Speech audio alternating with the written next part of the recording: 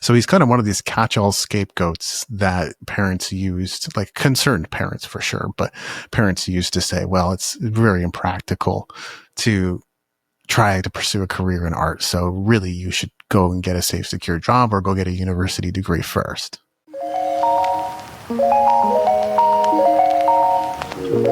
Yeah, I mean, there is a lot to say about the opening paragraphs of the book, never mind the entire introduction.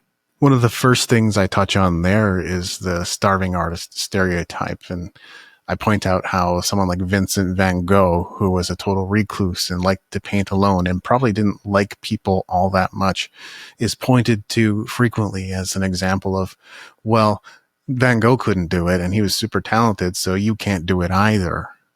And so we hear that kind of programming from teachers and parents in school and elsewhere, which is funny because that's not someone who necessarily pursued the commercialization of his art. So he's kind of one of these catch-all scapegoats that parents used, like concerned parents for sure, but parents used to say, well, it's very impractical to try to pursue a career in art. So really you should go and get a safe, secure job or go get a university degree first. But that statement is pretty wonky, and you're probably Gen X or older, to be honest, if you're still saying that kind of stuff or hearing that kind of stuff, because the reality is traditional jobs are not secure or safe. The stat right now is that people generally have 12 jobs in their lifetime, not one. They don't work 40 years and get their golden pen or whatever it is they're throwing as a token, quote unquote, of their appreciation. And that is often a major source of stress and decision for people. The fact that they have to change careers or look for another job or go through the process of being interviewed, which some of this is, I find anyway, I think some of it is demeaning and demoralizing.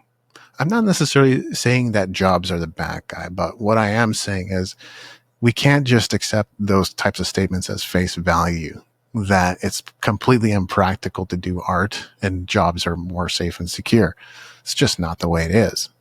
Another topic that I cover briefly in the opening paragraphs is the creator economy. And again, the creator economy has certainly done some good. And at the same time, people do end up becoming slaves to their job in certain ways as well, even if they are working from home and from their preferred environment, which these are all good things. But if shaking your butt in front of a camera in hot tight pants is what you wanted to do for the rest of your life, whether yes or no, if that's how you're making your income, that's what you're doing. There's other people who play decade-old video games. There's bloggers who churn out blog posts every hour on Medium talking about how much money they're earning or not earning.